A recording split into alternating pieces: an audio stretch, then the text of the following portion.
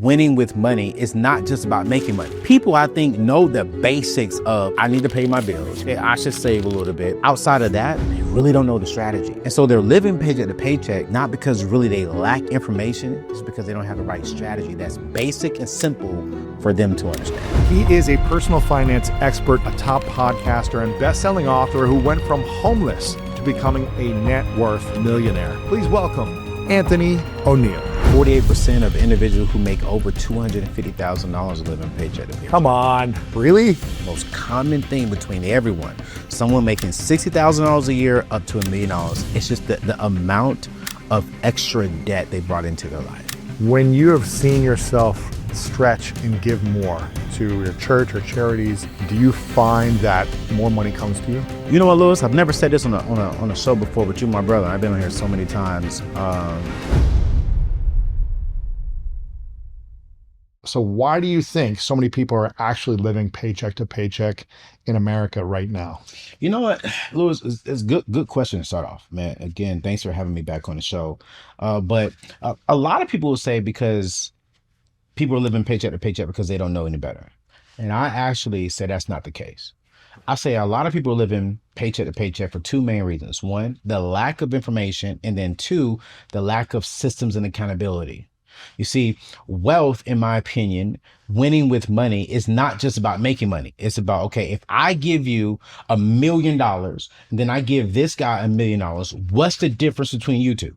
It's simply the strategy that you put into place with that $1 million. Mm-hmm. So people are getting a paycheck. People, I think, know the basics of, okay, I need to pay my bills. Okay, I should save a little bit. But outside of that, they really don't know the strategy. And so they're living paycheck to paycheck, not because really they lack information, it's because they don't have the right strategy that's basic and simple for them to understand. And this is something you talk about in your book. You have this kind of 5-step strategy to getting out of living paycheck to paycheck. And there's a new study that found that 39% of American workers say just living paycheck to paycheck would actually be an improvement to where they are right now in their life. If they were actually living to paycheck, it would be an amazing thing for them. Yes. Most people are not even doing that because they're in so much debt and they're trying to borrow to constantly get out of debt, and they're just trapped and they feel stuck. Yes. So you have this 5 phases to getting out of this paycheck to paycheck lifestyle. And phase 1 of the plan you teach is about stabilizing your finances first and casting a clear vision, a clear money vision of where you are going. For a lot of people, this feels overwhelming. Yeah. Like stabilizing feels overwhelming because they don't know how to do it. Getting clear on a money vision is hard because they can't even think far enough in the future. They don't even have enough money to think about next month. So how does someone start stabilizing their finances and cast a clear money vision for their life? Lewis, let's go back to the word stabilizing, because I think a lot of people, when they hear that word, they get a little frustrated, a little overwhelmed, which is so confusing to me a little bit because stabilizing can save your life. One of my good friends came home one day, and she's a ER doctor. And Louis, she said something to me and to the whole room that just woke me up. She said, man, every time someone comes into the ER doctor, they want to go from whatever their issue is to fix within a matter of an hour. Yeah, to perfect health. Perfect health, right? So she was like, no. If you're coming in here, let's say, for an example, she had unfortunately, this particular person had a gunshot wound. She said, they wanted me to heal them within an hour. No, my first priority is to get you stable, to get your heart beating at a stable rate on its own, to make sure that everything's good. Once I get you stable, then from there, I can assess what needs to be fixed in you and how do we go from there. But it's not going to be done within an hour. So the reason why I wrote phase 1 is to stabilize your financing and clear the vision is we need to get your finances at a point to where they're at least stable. To where you're not creating any more holes, you're not creating any more issues in your life. You're just getting stable. How do you get stable? The very first thing I talk about in the book is go ahead and set aside at least 1 month of your net pay, right? I used to teach back in the days, this, Lewis, save $1,000, right? Well, we're in 2026. $1,000 in today's day and time is not going to keep you stable. Right? It won't even get you 4 brand new tires on the car. I want you to have at least 1 month of your net pay. Here's why. If something in life happens to you today, studies show that we tend to operate off the 2 sides of our brain, our fast brain or our slow brain. right? And so if you only have $1,000, but you have a $5,000 issue, you're going to operate off of your fast brain. When you operate off of your fast side of your brain, you're going to make the wrong decisions. So if you have at least 30 days in your account and life happens, you're going to operate off of the slow side of your brain. So, okay, wait. I can cover this. I can pay my rent. I can pay my mortgage. I can still send my kids to school. I can still get my hair done. When we're in our slow side of our brain and when we're in our comfort zone, right, with a little bit of tension, we'll make better calculated decisions. And I believe that that's where I want you to go, is be stable. And then for me to get out of phase one, it's like you said in the very beginning, is have a clear vision. What would you say is the difference between someone who has a clear money vision and someone who doesn't have a clear money vision? Oh, it's clear. If I walk up to you and say, hey, where are you going within the next year with your finances? What are you doing this year? Okay, we're in this month of 2026. If you can't tell me what you're going to do for the rest of this year, you don't have a clear money vision. What does their life typically look like compared to someone who is clear? There's no stability. There's no consistency. We can see you all over the place with your finances. You see, with me, I can tell you right now what I'm doing for the rest of this year with my finances. I want to purchase a home. When I purchase a home, I want to remodel the home. If anything that comes into that does not align with that, it just doesn't flow into my budget. Even in this new season of me right now with certain things going on around my life, it's like, wait a minute, if it doesn't align with this vision for my money, I just can't do it. And sometimes if I'm saying no to something, I'm saying yes to something else. So if I'm saying no to this thing over here, it's not a permanent no, but I'm now giving myself even more permission to stick to my money vision. Yes. And I think that's very, very, very important. The reason why a lot of people are still living paycheck to paycheck is because we haven't set the time to sit down and say, you know what? I'm going to pay off my consumer debt this month. I'm going to go after this $5,000 credit card for the next 6 months. Hey, you know what? I just had a baby. I just had twins. Congratulations. Thank you. And I want to have a 529 set up for both of my kids. That's a vision. Here's what I believe.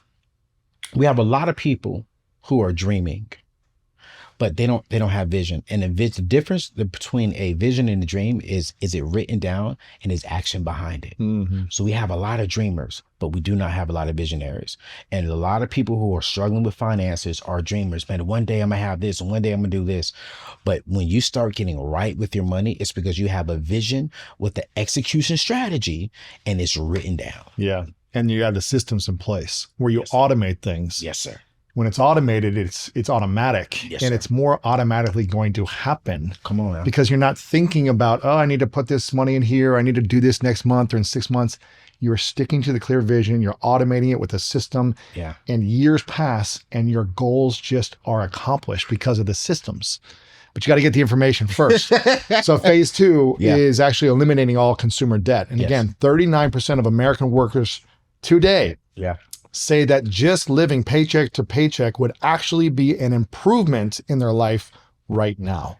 And a lot of it is because people are in a lot of consumer debt. Yes.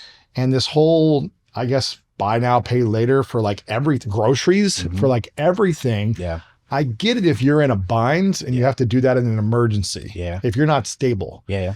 But that shouldn't be a regular monthly, yearly thing. That should be a once a year, maybe at the beginning of your season of earning money. Facts. Not, oh, I'm 5 years in my career and I've blown all my money. Yeah. And now I got to use this buy now, pay later method. Like for me, that doesn't make sense. No, let's go deeper, Louis. 48% of individuals who make over $250,000 live in paycheck to paycheck. Come on. No way.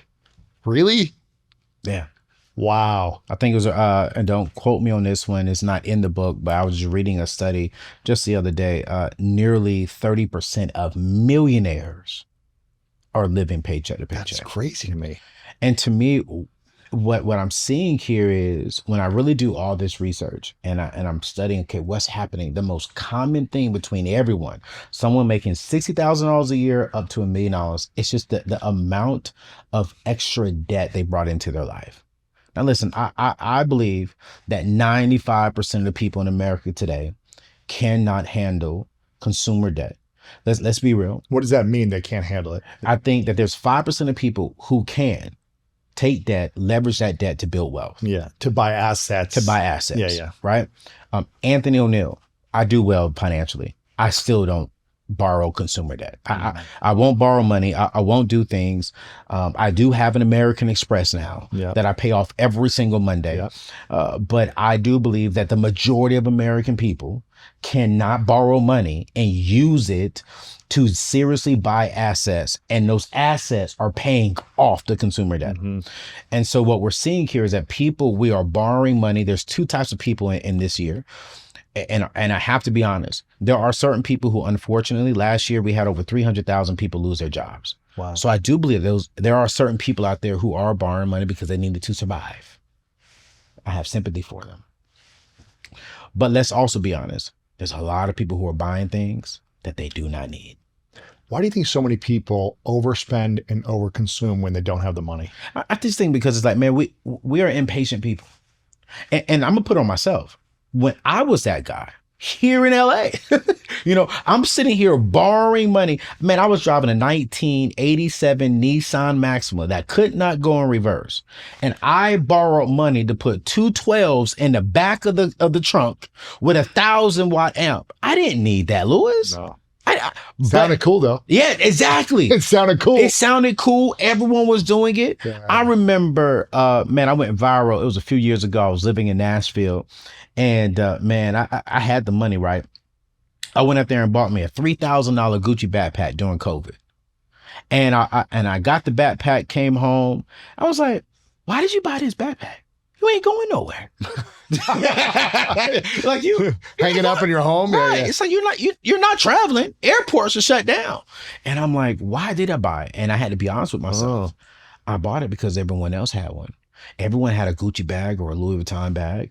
And so my philosophy now is, man, if I can afford to pay for it twice and pay for it cash, I just won't buy it. And if it's over $500, I think about it for 48 hours, period. And at the end of the 48 hours, if I have not committed to, I'm going to get that for me, not for so Louis can see me in it, not so I can post it on social media. I mean, did you know, Louis, and tell me to be quiet when this is your show. I just let it talk. But did you know that 58% of vacations are purchased on the quality of the Instagram pictures that people can post online? So they'll swipe their credit card to go to a destination that they really don't want to go to. They just want to go there because it looks good on the gram. To get the photo. Just to get the photo, just to get the TikTok reels. So we're financing a lifestyle, but we're not disciplined to change our finances around so our life can be different. And so for me, man, I want people to get out of consumer debt because I really do believe that if we really are honest with ourselves, we're getting up Monday, Tuesday, Wednesday, Thursday, Friday, Saturday, sometimes even Sunday. The majority of people are working 2 jobs to get their paycheck on Friday to pay back this particular bank, to pay back that particular company. Check this out, come back home Monday and the families get the leftovers of their paycheck. And then it goes back to the 39%.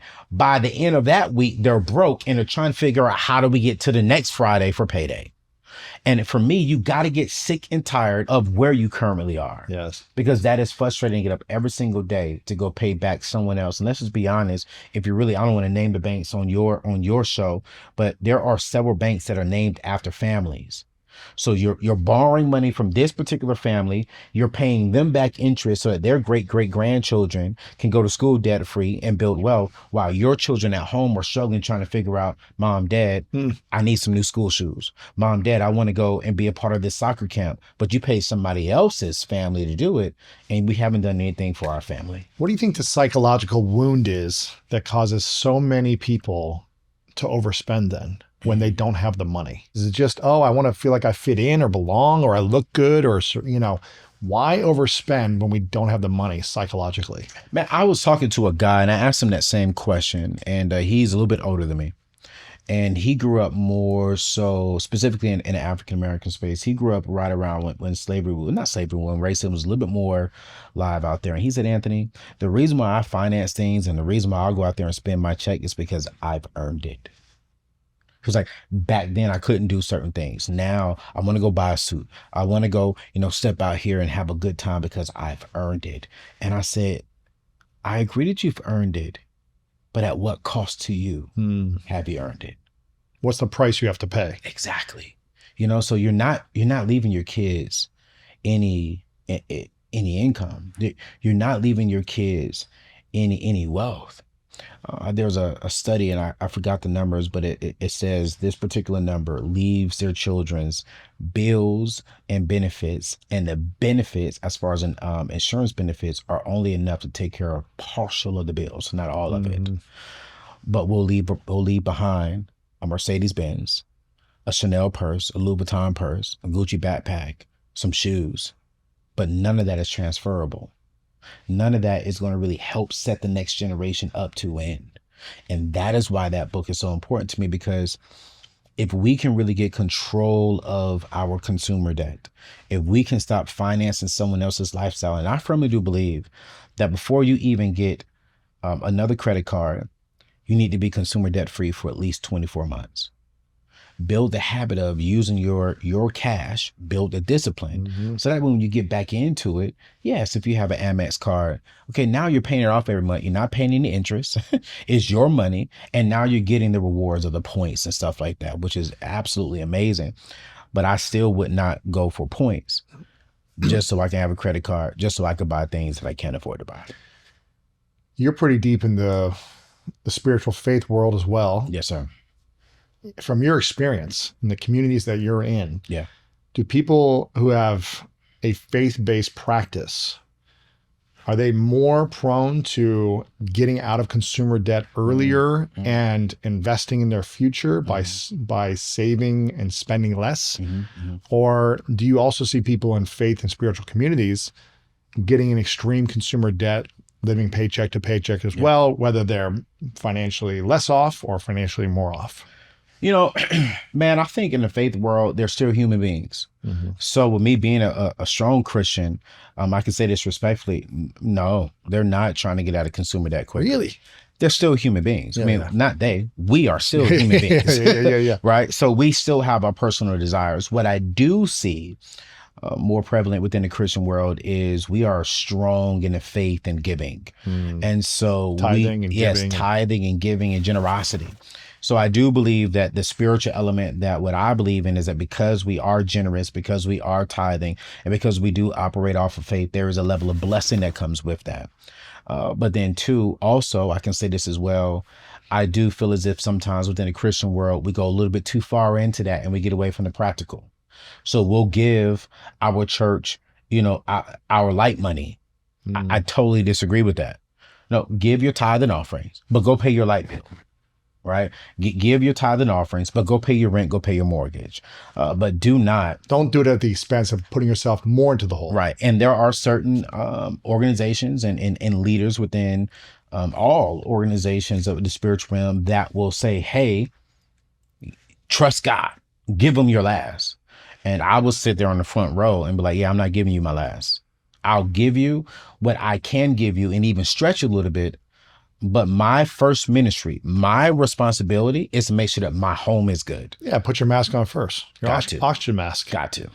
Don't starve of oxygen. No. And then say, someone help me. Facts. You know what I mean? You got to take care of yourself. Yeah, no, I'm taking care of myself. I'm taking care of home, but I'm also going to take care of my church, man. And I one of my goals is to be within the top 1% of the givers within my local church. I love what my church and what my pastor is doing, and I'm very strong on that in my church. I do believe that generosity and tithing is a secret investment that a lot of people do not invest in. So I teach give, and that's in one of my phases. I teach the whole invest. But I really do believe the number one investment you can make is in tithe and offerings. Really? For sure. The School of Greatness is brought to you in partnership with Airbnb. And one of the things that I love the most about traveling is when a place surprises you in a way that you didn't plan for. You go for the event, you go for the dinner, the meeting, or whatever it is, but what you remember is the conversation with someone local. The neighborhood you didn't expect to fall in love with, the feeling of experiencing the rhythm and the music and the passion of the place instead of just passing through it. And that's part of why I list a space on Airbnb. I love the idea that someone can come into a city and feel more connected to the local culture. Not just check a box and move on, but actually feel a place just a little bit more. And the income from it can help fund the next adventure. It can go towards a home refresh or just create a little more breathing room in your life. So the next time a big event comes to your area, your space might be a part of someone else's trip in a really memorable way. Your home might be worth more than you think. Find out how much at airbnb.com/host. When you have seen yourself stretch and give more to your church or charities or causes you believe in, do you find that more money comes to you? You know what, Lewis? I've never said this on a show before, but you, my brother, I've been on here so many times. I had to be very unique with how I maneuvered the first 3 years of starting my business. I had to be very unique. Hopefully I'm saying that correctly. Hopefully you're picking up what I'm saying. And I told God, I said, God, I'm still going to give you my tithe and beyond. I gave him 12%. Spiritually speaking, should have given him 10% per the Bible. But I gave him 12%. I said, because God, I need you to figure out a way to get me through these next 3 years. Wow. And Lewis, I gave 12% tithe and offerings. I was even within my organization. Every time someone gave us money on our YouTube channel, like as a super chat or something like that, we gave all that money to single mothers. So Anthony O'Neill nor my company profited that money. So I think within my first year of business, man, we probably gave away a little over $100,000. Second year, we gave away a little over $250,000. Lewis, I've never gone down a year. Wow. I've always gone up. And I do believe that is because God knows that, hey, in this area of life, I can trust you. You're going to be a good steward of your finances. Yes. And it's not even just spiritually. It's like, man, I give to my fraternity. I give to other nonprofits.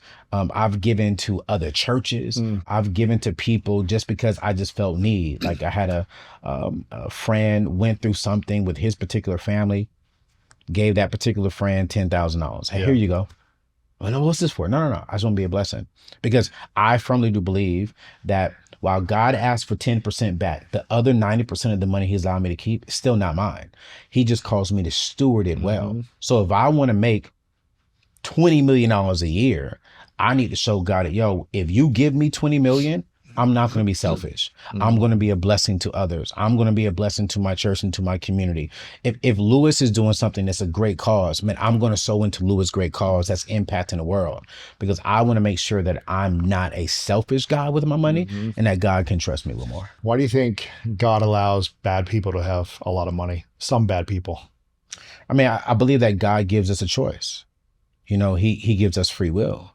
I do believe that just because God allows you to have a lot of money doesn't mean internally you are prosperous. Yeah, you're not rich. You're not rich. Yeah. Right. And so I would rather have $5 million and be rich internally than have $20 million and be miserable and just literally going through, you know what, internally. Right.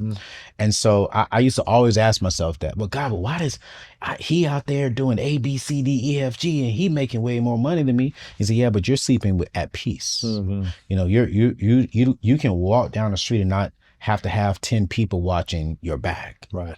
You know, he was like, just because you see someone living well within, quote unquote, your version of well in my permissive will, Anthony, you're living perfect within my perfect will for your life. And so I'm always just saying, okay, stop looking at other people's platforms and what they have. Just focus on where God has you. Yes. And I have to be okay with that. And trust me, I'm human. I wake up every single day. I get on Instagram every single day. Like, God, I could do that much better. Right. And then God convicts me. It was like, it's not about better. It's not about more. It's about, who are you called to? Who are you helping? Focus on that. Yeah. And Lewis, man, I mean, when I really sit back and think about it, there is nothing that I want right now that I don't have. I bought my estate home. I got real estate. I have an amazing portfolio. I'm driving my dream car. I'm on the Lewis Howell show. You know what I'm saying? Like, I have an amazing company with an amazing staff and team. There's nothing that I want. Like, for my birthday this year, man, I'm going to Greece on a private yacht. So it's like, yeah, I may not make as much money as them, but I'm living the life that I want. Man, my dad told me this years ago, Louis. And I try not to get emotional when I say it, because as I'm getting older, I've noticed that, man, things in my life change. And now I get even more what my dad said. We were playing golf on a Tuesday afternoon at 1 o'clock in the afternoon. My dad's in his 60s and he stops. We just hit off the tee box, and in the middle of us going to our balls, he stops. I was like, Dad, you all right? And he said, son, I'm wealthy. I looked at my dad. I said, Dad, I know how much money you make, man. You ain't wealthy. You got a good retirement check from the Army. Thank you for your service. But I started thinking in my head, I said, why you say that, Pops? It was like, it's 1 o'clock in the afternoon. I'm playing golf with my son, and I don't have to go to work tomorrow. Wow. I don't have to clock in, and I don't have to be worried about how I'm gonna pay my bills. Like, I could do what I want to do when I want to do it with whomever I want. When I leave you, he was like, boy, go out and see a movie so I can, have a conversation with your mama tonight. Like, it just felt good. And I was like, huh. He said, so yeah, I may not have as much money as you, but I'm wealthy. Wow. And that stood out to me, that wealth is not just about money, but it's also about freedom. And I think a lot of people get it confused that you need to make $1 million to have freedom. No. You can have freedom off of $50,000. You just got to know the right strategy and the right system to put into place. And from 50,000 to 60,000 to whatever that is, you can have freedom. And that's where I'm at, is I have freedom. Yeah. There's actually a lot of wealthy people who aren't free. Facts. They have all the money in the world, but they are struggling. Now, there are also wealthy people who are free. Yes, sir. Yes, sir. You know what I mean? They do what they want to do. They say what they want to say. They're around the people they want to do. So I'm not saying having money makes you trapped, but there are a lot of people that have a lot of money and they have a lot more stress or responsibilities that they don't know how to navigate emotionally or mentally.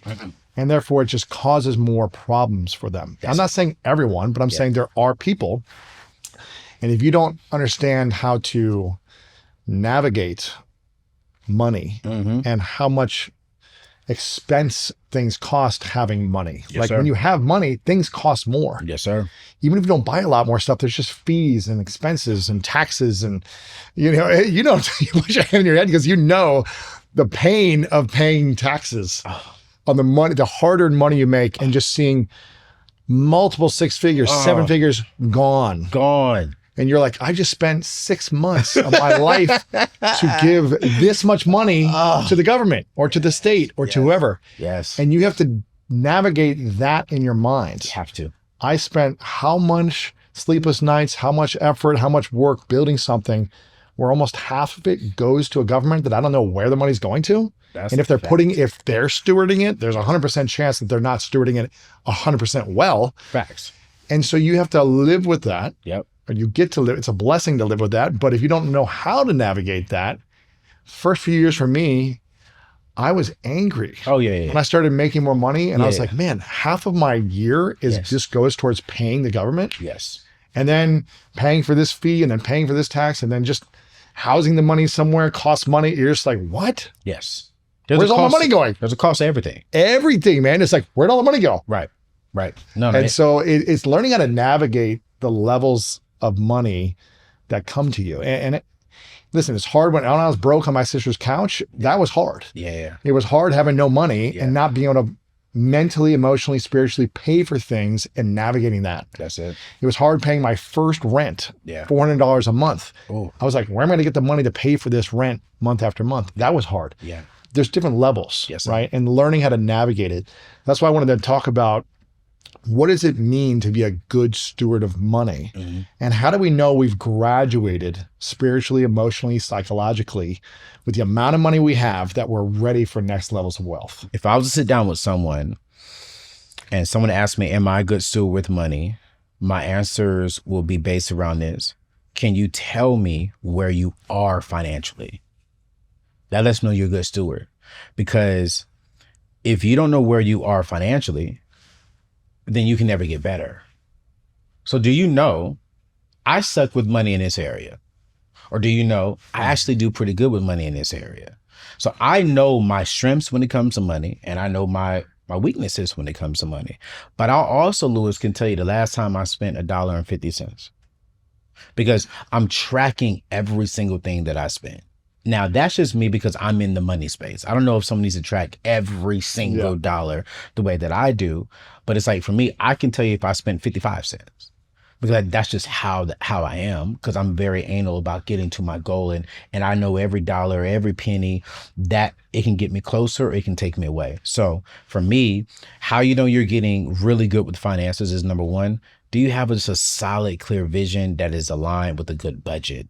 Then from there is, what is the system and strategy that you're following? Mm-hmm. I've never met a millionaire who said, I woke up the next day and I made $1 million. And then I have no system and strategy. I just make money. Every person, and when I say this, every net worth millionaire, when I say net worth, I'm talking about someone who may make $80,000 a year, but they have a portfolio of $1 million. They follow some strategy to get there. Whether that's the 401k strategy combined with the IRA strategy, combined with a couple of index fund strategy, combined with, real estate strategy. No matter what it is, everyone follows a strategy. And then you need to upgrade is when you can look at your income and feel like, hey, you know what? This is too much for me to manage. So for an example, when it comes to me, man, I still, you've graduated. I haven't graduated yet. I still get upset when I have to cut. I get upset for a couple of days, but then I'm like, okay, it's not, but it used to be months. I'd hold on to, like, I can't believe all the money I had saved in my bank, gone. Down to zero. It's like, how is that even possible? But you know what I did? You know what I started doing about 5 years ago? It was I hired a CPA firm that in the first 3 months of the year, they go through a tax strategy. Mm-hmm. So now I'm only upset like you for a week because I know what's coming. Right. And I think that's also good stewardship, because we also know that the tax laws are not written for the average person. It's written for, the person who are making, the entrepreneur, the small business owner. So it's like, now that's also a level of good stewardship. Yes. Do you have a tax strategist who can sit down with you and help you come up with a game plan on how to pay the IRS less legally, ethically, morally, and for me, spiritually, to where I'm not doing anything wrong. I'm doing it all for those correctly, to where my tax bill may go from 48% down to maybe 32, 28%, but legally, ethically, morally, and spiritually. And so I love that, because now when I have my tax strategy meetings, are you hiring anybody? Are you buying any real estate? Are you buying any new equipment? How much do you project to make this year? Or they ask me so many different questions. And then we sit down and say, okay, this is the strategy on how to move forward for the rest of 2026. That's good stewardship, because if I can keep some of that money from the IRS and maybe donate that to other single mothers, we're starting a brand new school in Ghana, in Accra, Ghana. So we was able to save some of that money and use that money to go towards the school. I've been to Accra. Oh, you have? I built a school in Ghana as well. Yeah. It's cool there. It's cool. It's a different world, man. It is. I mean, I love it. I stood out for sure. Greatest place. Yes, I loved it. Good energy there. Yeah. And so phase 3, we're talking about, in the book, you talk about building a savings cushion of at least 3 to 6 months of take-home pay, which is something you've already mentioned before. Yep. And a lot of people think that is impossible on the amount of income that they currently make. I'm like, how am I going to get 3 to 6 months? But what is the mindset shift that someone has to take or make before that can follow, or the habit they have to change before that can follow? No, it's not difficult at all. When people tell me it's difficult to set aside 3 to 6 months of your income, let me see your lifestyle. How much car do you have? Yeah. You don't need 2 cars. Right. Get rid of one on that. And you don't ride a bike for a year. You don't need the $50,000 car that you purchased. Right. No. Get a used car. When I moved to LA, I kid you not, man, and I was a millionaire when I moved to LA. When I moved to LA, I bought a $5,000 used car. Facts. And I rode it for 5 years. Wow. I didn't have radio. Now, this was probably too extreme. I didn't have radio. I didn't have Bluetooth. Too extreme. Yeah. But I was comfortable in it. It got me from A to B. Yeah. It was reliable. It just didn't need, it wasn't new, and it was okay. And I was fine with it. It was a 1997 Cadillac Eldorado Baritz 2-door. 2-door. And it was cool, man. I was like, all right, this is nice. Like it felt like grandpa car, the bucket seats. And I was like, all right, cool. No radio, no the AC stopped working after 6 months. So I'm like windows down. Yes. I'm rolling windows down, all these things, but the engine worked. It works. It got me around. And I didn't need to be in something so nice or brand new for those first 5 years. I was more, I cared more about investing my money, saving my money, reinvesting in my business to help my money work for me. Yes. And so now I have a new car and it's fine, but it was more for a tax write-off. Yes. It was like, okay, what can I do to buy a car to benefit my business as a tax write-off? But 5 years, I didn't need anything fancy. No. And I paid it off right away, $5,000. And I rode it for 5 years, $1,000 a year. Yeah. Except for gas. But how much money did you save yourself? That's the question. How much money did I save? Yeah. Well, yeah, I don't know. If I would have bought a new car for 50 to 100 grand, I saved a lot of money. And the insurance was cheaper and all these different things. So save a lot of money. I believe that the greatest enemy to our financial success is our excuses. Mm-hmm. That if we keep saying, I can't, what you're saying you can't to, you're doing it somewhere else that is not valuable. Mm-hmm. And so I'm the same way as you, man. My friends, they used to crack jokes on me because, they'll come over to my house. Man, this is not a house that AO should be living in. I'm like, well, what's the house I should be living in? Like I literally just moved into probably the house, quote unquote, they say I should have been living in just a few weeks ago. But the average house, I was living in a normal family home. And I'm like, man, I have goals. I have dreams. I don't want to be 50 years old and I still have to be on YouTube teaching. I don't want to do that. I want to be in a position to where my money is creating more time for me to do the things that I love to do with the people I love to do. Mm-hmm. So when I do get married, when I do settle down and have kids, my money is paying over bills, not my time. And so if I don't come up with the right system in place and live way below my means, right? And I think this is where a lot of people can get confused. People think they'll stop living paycheck to paycheck if they make more money. Mm-mm. You will stop living paycheck to paycheck and make more money when you have margin. Yes. Margin is your number one wealth building tool. Margin is your number one tool of getting out of paycheck to paycheck. If your income is up here, your expenses need to be down here. In between, that's your margin. And that's what you play with to pay off your consumer debt. Mm-hmm. That's what you play with to invest more, to put money into real estate, to invest into your kids' future, to buy businesses, to buy stocks, whatever you want to do. But if you have no margin, you'll never get out of the trap. Yeah. When I was living in Columbus, Ohio, and I had my first apartment, when I was on my sister's couch for a year and a half, living rent free. Then I paid $250 a month for a room in my brother's house. Wow. For about 6 to 7 months.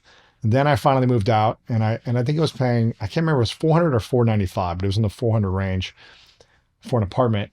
And after the business that I had, a business partner at that time, we did over $1 million in sales, maybe a year and a half after this, right? Okay. And I was still living in this apartment. It was under $500 a month. At that time, I had no car. So I was walking around everywhere. Okay. I had no TV. And I was just focused. And I was just stacking and saving and investing the money. Yeah. And this is what you talk about in phase 4, is in investing with confidence. So your money starts working harder than you do. Yeah. And a lot of people feel like investing is for people that are rich or that are wealthy or that they are, at a different level of financial success, and people who already have it figured out, or they know money better than me. What does someone who is just getting started actually need to know to invest without feeling fear? Man, the very first thing is that you can invest with $5 into a fractional share. Do not focus on the amount. Focus on starting the habit. Let's go. That's it. Consistency, man. The system, the habit. The system and the habit. That's what I told everybody. Oh, I don't have a whole lot of money to invest. That's not the problem. The problem is you haven't even created the habit. Mm-hmm. You haven't even just started. Just put $5 into a brokerage account. And then when you pay it again, put $5 into a brokerage account. And I promise you, by this time next year, you will be putting more than $5 Oh in. yeah. You'd be like, oh, that makes me money. You know what I'm saying? Yeah. And so that's what I tell everyone. It's like, man, investing is not for the rich. The investing is for people who have access. And for me, man, I think there's in my book, I talk about, man, you got to invest anywhere between 15 to 25% of your income every single month. The first 10% is if you are in a Christian faith community. I think that is the best investment we can ever make. 10% into the local church. A lot of people say, well, why do I want to give to the church? So the pastor can go buy a car, so the pastor can go buy a house, and da-da. I don't care about none of that. I believe that my word of God says, hey, give, right? I'm just going to give. Now, if I know for a fact that it's going to the wrong place, then I'm leaving the church. Yeah, go somewhere else. Go somewhere else. But until then, I'm going to do. That's my very first investment. Because now what I'm saying, God, is I trust you more than I trust myself. Then after that, I'm putting 15% into an investment portfolio that me and a financial advisor or me or in 2026, an app or AI has come up with, where that's 401ks, mutual funds, index funds, ETFs, brokerage accounts, whatever you want to do, 529s, boom, I'm investing into that. And let's say you don't have 25%. Okay, cool. I need you to start wherever you do have. Like not wherever, but with whatever you do have. $5, $10, buy fractional shares, get into the habit. And automate it. And make it come out of your account every month. Yes. And what I'm telling people right now, we're living in this AI boom and tech boom. You need to be looking into companies and ETFs and index funds that have a lot of AI and tech companies inside of it. Because what I'm seeing right now, these companies, I know we all went after, let's say, for an example, NVIDIA, but what companies are helping NVIDIA make their chips? Start looking at the companies everyone's not talking about, because those are the companies that are secretly just blowing up behind closed doors. Right. And so that's what I'm telling people. Just buy a $5 fractional share of that company that creates the power plant for the chip, or invest $5 into this ETF that creates memory for AI. Because you can even do a fund of AI stocks. You don't have to think about individual ones as well. For sure. Yeah. And so, I mean, I think that's the main thing too. And then also within that, I'm very big, Louis, on we got to start investing into our children's future. Have to. Whether you're just doing 1% of your income, 5% of your income a month, we got to start investing into our children's future so we can change the future and to change the future generations. Yeah. At work, greatness sometimes starts with a pile of meeting notes here, follow-up questions there. But that's okay, because ChatGPT Work, a new way to work in ChatGPT, can organize multi-step projects and help you make progress while staying in control. ChatGPT Work can use your apps, connected tools, and files to create things like landing pages, trackers, internal tools, even web apps. Say your team has a new product concept. Use ChatGPT Work to review customer feedback, pull themes, and draft a prototype.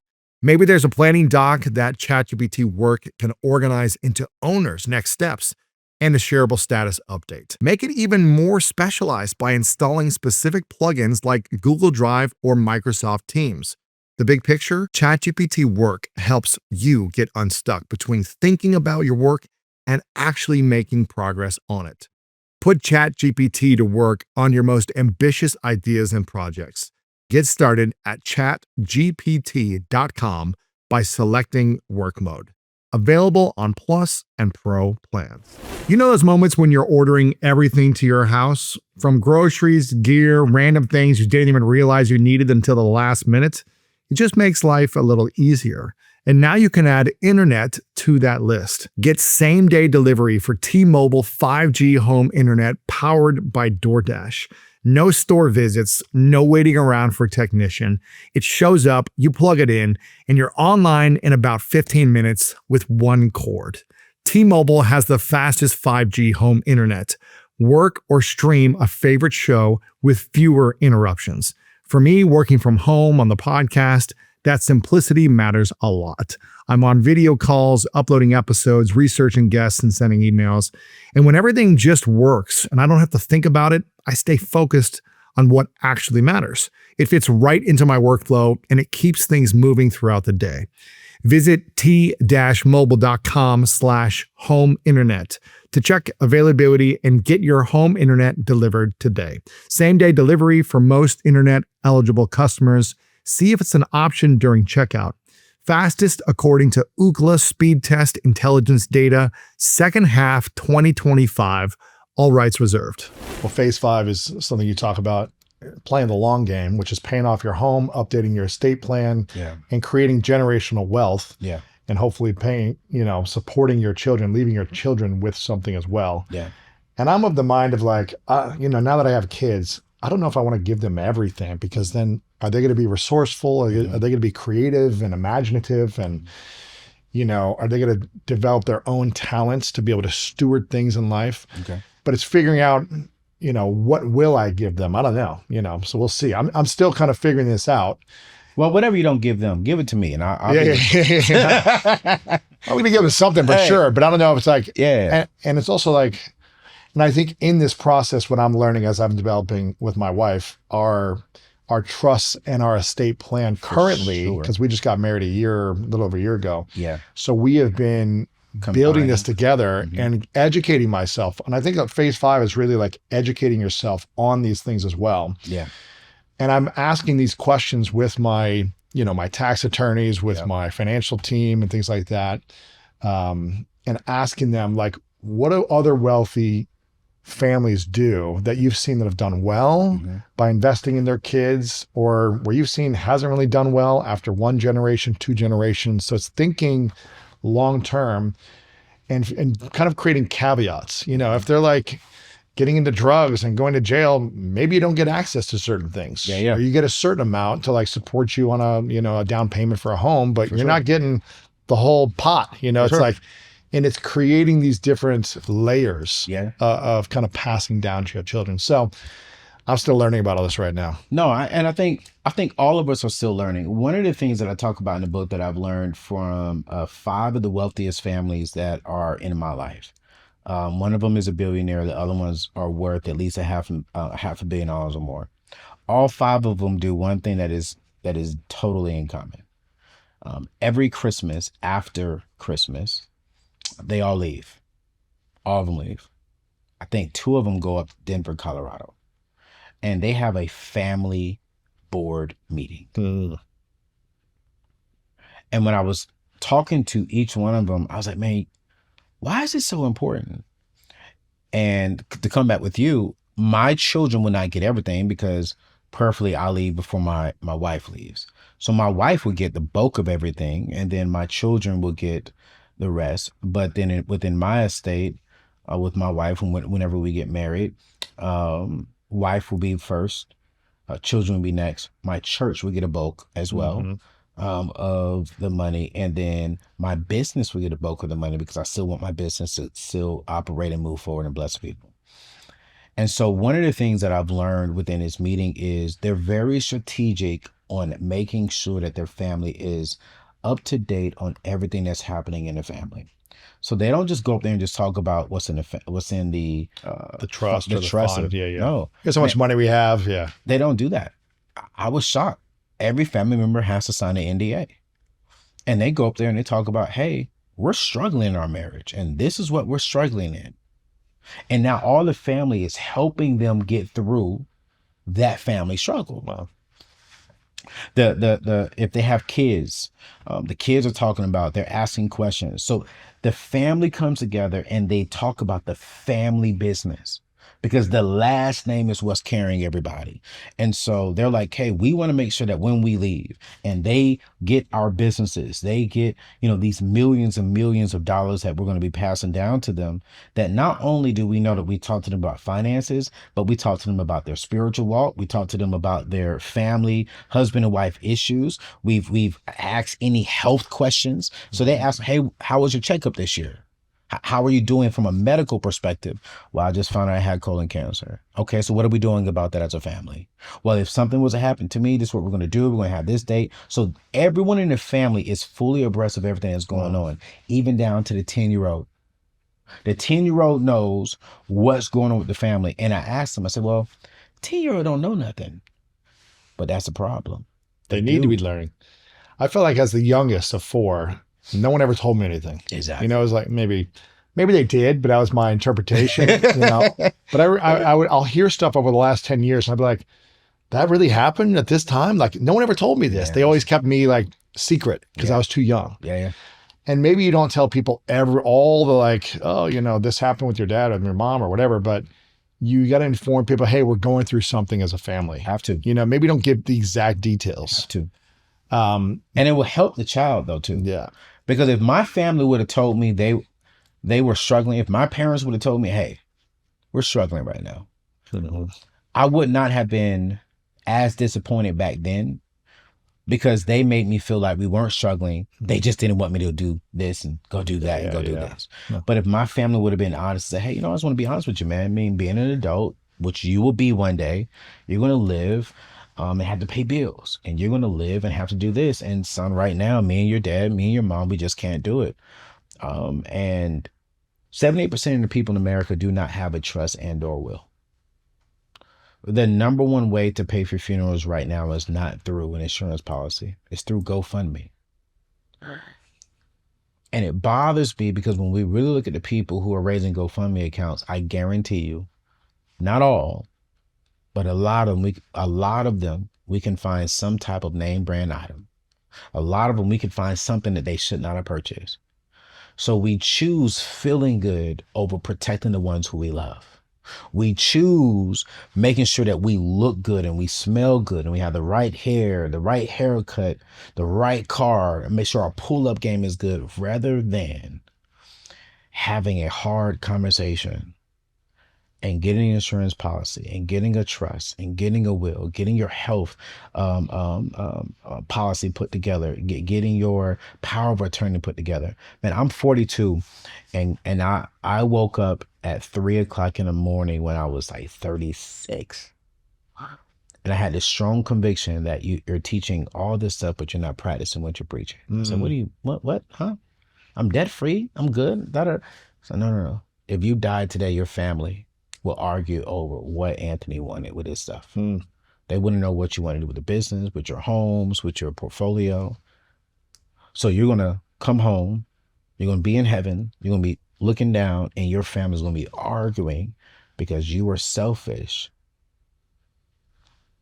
And I try not to get emotional because it really hit me.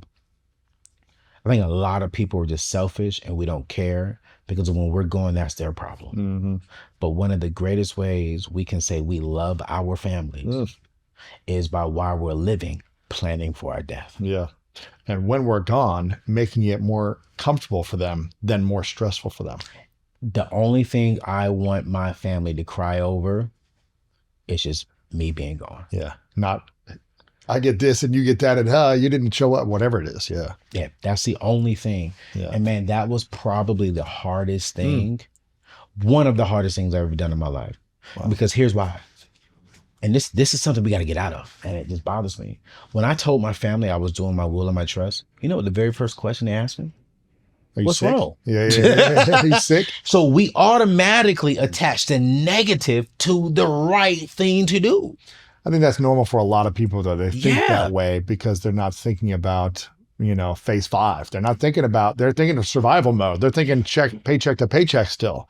And they're not thinking creating financial freedom and peace for themselves and a sense of clarity for others now and later. Yes. And I bought life insurance for myself in my 20s. Yes, sir. Because one, I wanted to lock in a rate that was guaranteed for life. Yeah. And two, I was thinking about my future wife and my future kids. Yes, sir. And I didn't know when I was getting married. I got 15, 18 years after I got my first insurance policy. Wow. I got married and have kids. Wow. But when I bought the life insurance, I was like, this is not for me. Yes. I'm spending money every month and every year. Yeah. Not for my benefit. Facts. For a future person that I don't know. Facts. And future kids that are not existing. Facts. For them to benefit. And I've been doing that for over a decade and a half, almost 2 decades. Maybe it was almost 2 decades. I've been paying a payment monthly. Yes. For people that I didn't know. Louis, I say the same thing, man. I have a 529 account right now. 529 account, for the people who don't know, is a college savings account. Yeah. For kids that are not born. That are not born. It's great. Right? And maybe I have. Maybe I have not, you know, but I haven't even met their mother yet. But for me, it was, if I want to change the narrative, I went to school. I graduated with student loan debt. My parents couldn't give me a check. If I want to change the narrative in the O'Neill family, it starts with me. Let's go. And it doesn't start with me when I have kids. It starts with me today with the current mindset. So I sat down, what's the strategy? And then when I talked to my financial advisor, she was like, well, hey, here's the strategy. If you want to start planning for your kids, you can open up a 529 in the state of Maryland. You can write off up to, I think it's what, $1,500 to $2,000. Before they're born? Before they're born. Shut up. I didn't know that. But the 529 is going to my trust. So that way, if something happened to me now, the money goes to my trust. Right? Yeah. But because now it's like, do I want to pay the IRS that money, or do I want to pay my future kids that money? Exactly. And then now just think about it, man. Just think about it. When they turn 18 and they go to school, I get to look at my kids in the face and say, you know what? Here's a check for $150,000, $200,000 that I only put maybe $20,000, $25,000 into it. I was thinking about you. Wow. Before I even met your mama. Yes. Before you was even in your mother's womb. Wow. Now what happens, Louis? My kids are gonna be like, what? Dad, how do I do that now? At 18, at 20. So now we've changed the whole dynamic in the O'Neill family to where we went to having to take out student loans and thinking after the fact, to where now the generation behind me is now thinking way ahead of the fact. So now they can tell their kids the same thing. Yo, I started thinking about you at 18 years old. Now you got $500,000 for college because I thought about you 15 years before I even had you. Yeah. And so I think when we can start changing that narrative, which I love what you said by getting it. I wish somebody at 22 would have told me to get an insurance policy. My own parents didn't even tell me to get an insurance policy on me. But watch this. They had an insurance policy on me though. Yeah. They was like, well, we got to get one on this boy. We don't know. But no one sat down with me and gave me the proven path on how to win with money. Yeah. On any income. Yeah. And I think, man, you can get an insurance policy on any income. Yep. At any season of your life. You just gotta know how to do it. Exactly. What does financial freedom actually feel like? Not the number, but the feeling of financial freedom. Man, it's joyful. Man, it is it brings tears to my eyes. Financial freedom feels like you can say yes when you want to say yes and say no when you want to say no.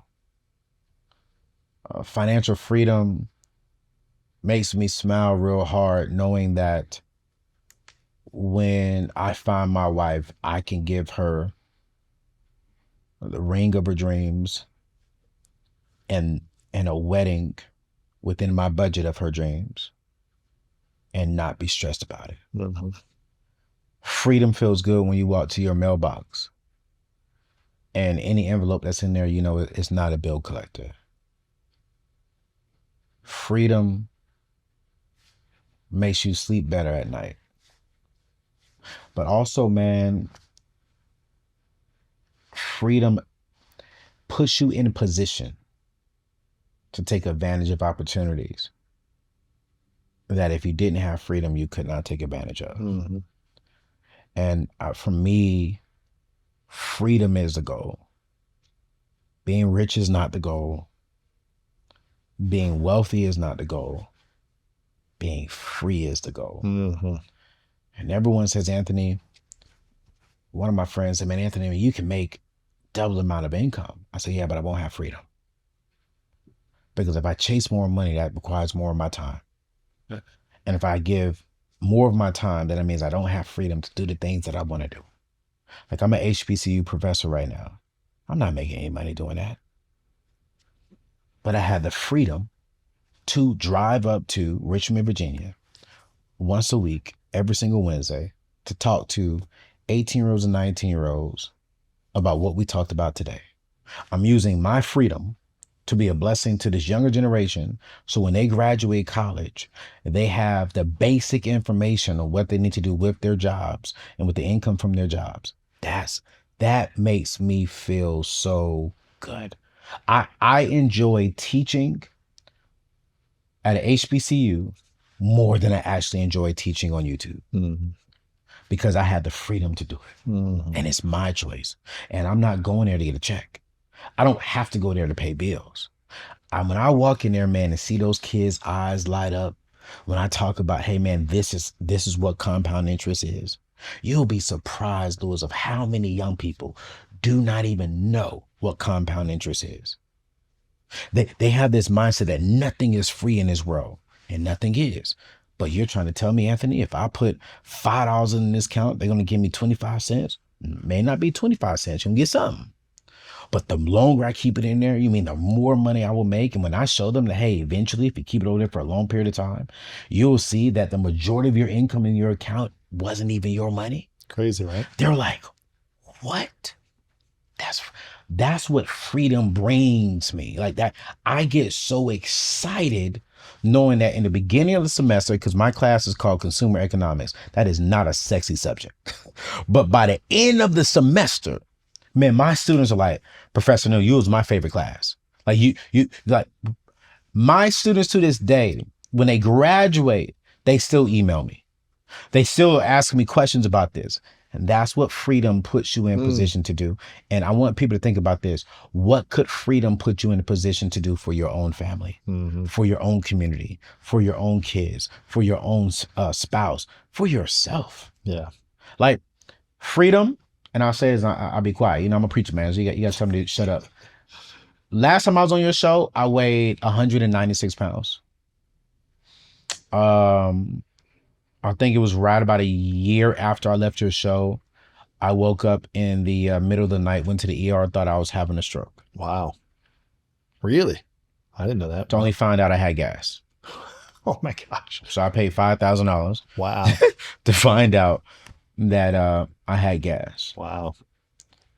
And my doctor, she said, hey, Anthony, you need to change your health routine.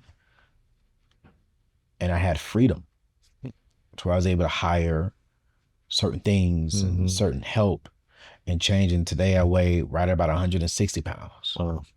And I haven't had any heartburns. My blood levels are so much better. Still got some work to do. That's what freedom is to me. Wow, that's cool. Well, speaking of things that a lot of people struggle feeling free around, which is when they get married, merging their money and their assets. Some people get a lot of stress around that, or they feel like it's hard because they've built their own assets, their own financial life, and now they're merging it with a spouse. Yeah. I think on the previous episode, we were talking about this at the end, that we would talk about this. And I know you're not married yet. Yeah. But what is the value when two people get married of merging their money, their assets into one unit rather than staying separate? What have you seen or heard from wealthy people that works? Yeah. And what have you seen that has been destructive from those who have maybe been married and gotten divorced because of money constraints, or the sense of money constraints? What have you noticed or observed? Yeah, man, I think it's very important to combine. You can't be married and have two separate visions for your money. It needs to be one combined vision, one combined strategy, and we both are working that strategy to get to that vision, right? And so I do believe that you should have one main family account that all income and assets are coming into. Then from there, you have an account that pays all of your bills. And from there, you'll have a savings account. But I do believe that Anthony and my wife should have our own spending account. that we don't have to be accountable to each other about what we're spending in that. I look forward to getting married and having a husband and wife conversation every single month. I'm gonna be smart with it. I'm gonna make sure that I buy her a nice little dress every single month, and we're gonna go to her favorite restaurant or one of her favorite restaurants every single month, and we're gonna have a conversation. Hey, what worked this month? What didn't work this month? What do we need to be prepared for next month? I know we want to go on vacation in July. I know we want to do Christmas, and I know birthday and anniversaries and stuff is coming up. But hey, maybe you want to do something with your girls, or maybe there's something you want to do with the kids. What do we need to prepare for next month? How do we work the vision? Because here's the truth, man. Take away people like yourself and I who have done financially well within our businesses. Let's talk about the average everyday person. The average everyday person cannot afford to pay this bill, she pays that bill, and they keep their money separate. No. The quickest way to get out of living paycheck to paycheck, and the quickest way to building wealth, is to bring y'all income together, live off of one of y'all salary, and invest the rest. And then invest the rest. But if you're living off yours and you're living off of yours, you can't do that together. No. So if you are the average middle class individual, hey man, no, come together and then come up with a strategy. Hey, I know we make a combined household income of $88,000, but we're gonna live off of my $50,000. So whatever apartment or whatever house we can get with this $50,000, that's what we're gonna do. Babe, with your income, man, we're gonna tithe for sure, but man, we're gonna invest heavily, and we're gonna even use some of your income for vacation for the family. But for the bulk of your income, man, we cannot be 80, 90 years old still working because we didn't invest wisely. So we're going to start investing your income into a mutual fund, into index funds. Sit down with a financial advisor and invest your income, not just invest it for our retirement, but invest it for our kids too. Yes. But if you have two separate visions, you'll never get to an end goal quickly. Mm-hmm. And for me, even at this stage of my life, when I do get married, yeah, we're going to have some documentation documenting like, hey, this is going to work. But just in case it doesn't, what I came in with and what you came in with, we can go out that way. Yeah. But when we in this thing, no, it's all one pot. Yeah. Let's get to the end goal. Let's put our kids in position to win. How do we bless our church even better? How do we build a dynasty and a legacy together? Man, I get excited about getting married and not doing this on my own. I don't want to keep all my money and all my success to myself, because the truth of the fact, as a Christian man, God gave me everything not to be good for the world, but to be a husband and to be a father to and a priest at home. I can't do that if I'm coming here saying, oh, all this is mine. Yeah. No, baby, I did all this for you. Yeah. I did all this for us. Now we're gonna hold each other accountable. Make sure you're good with your money. But I mean, no, let's do this thing together, and we're gonna meet every month about the funds. That's good. What are the biggest money lies that people have been taught that are quietly keeping them broke? Oh, manage your credit score is the number one thing that you need. That's bogus. Yeah. That's bogus. I don't even know what my credit score is. Yeah.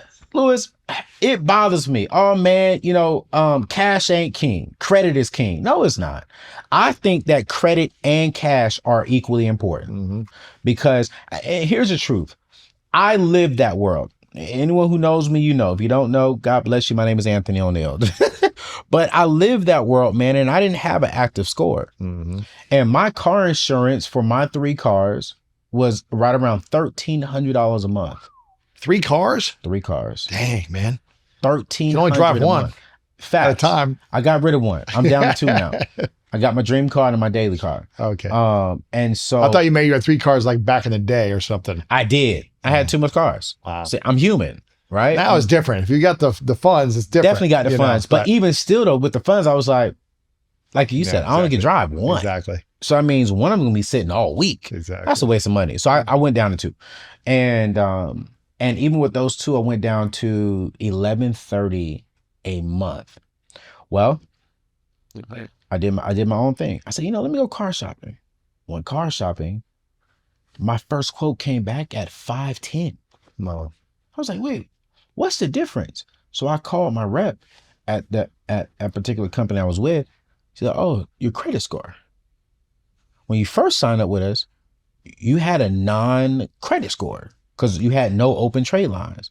Now that you have a house and, actually just real estate on my credit report now, she was like, your score is in the high 7s and even the low 8s. So now you qualify for a cheaper rate. Oh. I said, okay, so there is a science to this credit game. Mm-hmm. Okay. So because I had a decent score, I saved $600, $700 a month. Cool, pretty good. Right. But how many people do we know have an 800 credit score but don't have $800 in their savings account?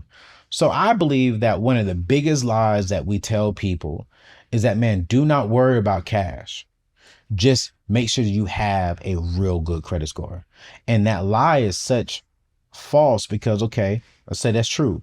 If I had this 800 credit score and I go borrow $25,000, but I don't have the money to pay it back, now I'm screwed. Yeah. I'm screwed. So I think that's one of the biggest lies. I do believe that it is important, but man, I'm like you, Lewis. I just know my score is good because I don't borrow any money like that. So it's like, for me, it's like all my cards paid for them cash. Anything I'm paying for it cash. Yeah. Except for real estate. Yeah. I want to get to the point to where I can pay cash for real estate, but I am kind of like, why? Why? Yeah. Keep that cash. Right. Like, keep that cash. Yeah. I'm like, like I made my primary house, I may pay it off just so the family is good. Right. Because I am in the content creation space, and with AI, we don't know what's going to happen next 5 to 10 years. So I would love to make sure that the mortgage is paid off. But even still, I'm like, I'm going to still be making money. Yeah. So I don't know really what's the rush. Right. Exactly. So, yeah. What's the difference between looking wealthy and actually being wealthy? That depends on where you are. See, that question kind of gets me a little bit. You have the book, The Millionaire Next Door, talking about, he was a millionaire and he lived in a very modest house and drove like a Ford truck, right? But let's look at the kind of vacations he was going on. He was flying first class with his family. He was probably spending $30,000, $40,000. I have a friend who's in the NFL right now. I won't say his name. Drives a Yukon. But every year he'll spend $100,000 on a family vacation because he believes in experiences. So I really can't say what is the difference between someone looking wealthy and being wealthy, because what I may say, oh, he's trying to flaunt. Here's my philosophy. If you are living below your means and you decide to spend your cash that kind of way, I don't care. People will look at me. I have an expensive car. Cool, great. But I didn't have an expensive house. It did feel weird pulling up to my average house with that expensive car, but I paid for it cash. I'm consumer debt free. I live way below my means, right? But it's like, if I work hard, if I pay off all my consumer debt, if I got a fully funded investment portfolio, a fully funded emergency fund, however I decide to spend my money, it should be okay. Yeah. Like, I would never spend $100,000 on a vacation, but I will spend $100,000 on a car. Yeah. So there's nothing wrong with that. Yeah. What would you say then are normal money habits that are destroying people's finances? Yeah, man, we got to get off of money habits. Got to get off DoorDash, Uber Eats. That's a habit that's just destroying us right now. They say on average, people are spending anywhere between $4,200 to $6,000 a year. So how much do they spend in a year? $4,200 to $6,000 a year on just DoorDash. Really? So you're gonna order McDonald's that typically would cost you about $6 to $10 if you go pick it up. You're spending $21 for a double cheeseburger value meal. Wow. Because DoorDash up the meals, then the tips, then the convenience fee. Wow. Right, and then if you're going during busy hours, that convenience fee is even higher. Right. So that is one habit that we gotta stop. We have to stop doing. Here's another habit that we gotta stop doing. People don't talk about this. Stop paying premiums, high-end health insurance premiums. Get off of PPO, get into the high deductible ones, and get a high deductible account that's attached to an HSA, health savings account. If you're below 40 and you're healthy and you're just going in once or twice a year to get your average yearly exams and maybe a urgent care here and there, man, go get you a high deductible plan that keeps your high deductible cost at $3,000 to $5,000 before any expenses. Put that money inside of a savings account. Most jobs will give you a HSA account and match either the first $500 to $1,000. put that money inside that account. Now, when you go to the hospital, when you go to Walgreens, CVS, Walmart, Target, anywhere, now you can see how you can pay tax-free dollars for that Tylenol that you were needing. So now we have to get smart, but because the world has taught us, if I go to the hospital, I only want to pay $25 out of pocket. But how often are you going to the hospital? Right. So I think that's another habit that we got to get out of is saying, because that's comfortable. No, man, look, sit down with yourself, ask yourself, can I afford that? Like, can I afford to go down to a high deductible plan? Stop living paycheck to paycheck, the proven path to break free from debt, build real wealth, and live free on any income. Make sure you guys get a copy, get a few copies for some friends that might be struggling financially. If you're looking to really stabilize your finances, create that vision for yourself, that money vision, eliminate the debt, start investing and saving, and start feeling the freedom that you want to feel. I'm excited about this book for you, man. So I want everyone to get this book. And make sure to support our guy, Anthony O'Neill.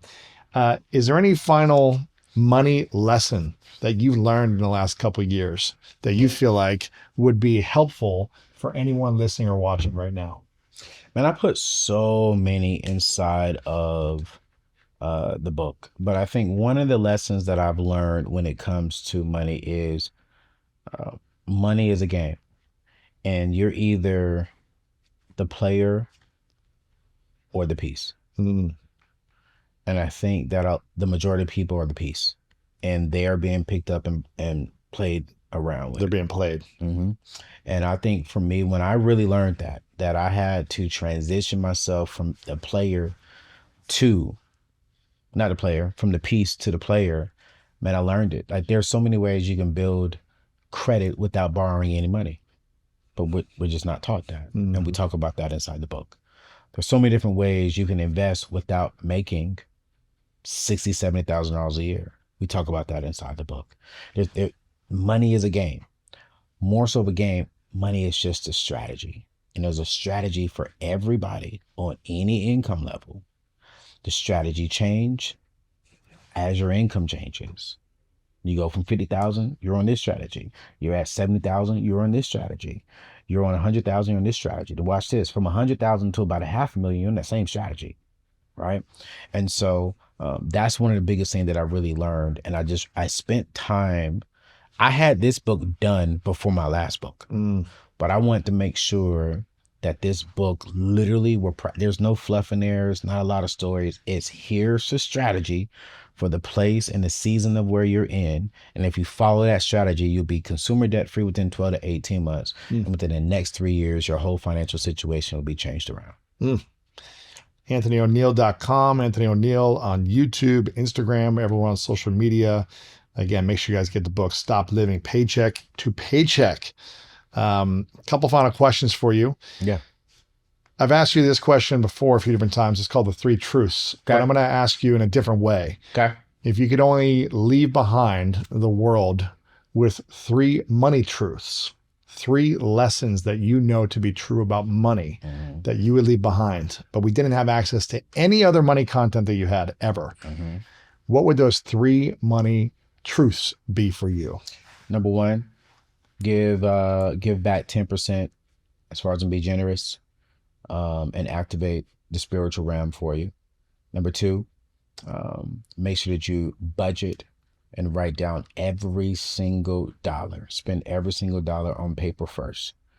And then number 3, invest.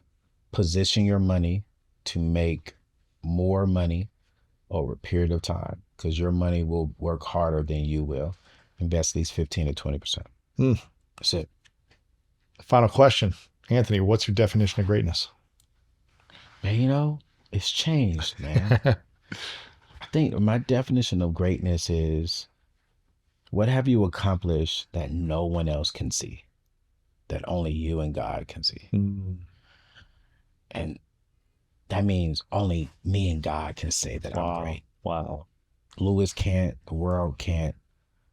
Only me and God can say I'm great. And that's my definition of greatness is, what have you done behind closed doors that contributes to who you exude outside for everyone? That's my definition. My man. My man. Appreciate it, brother. Appreciate you, sir. How do you actually grow that money? Because like we talked about, what wealthy people do is not work for money. They make their wealth by having their money make them money. So where do you invest?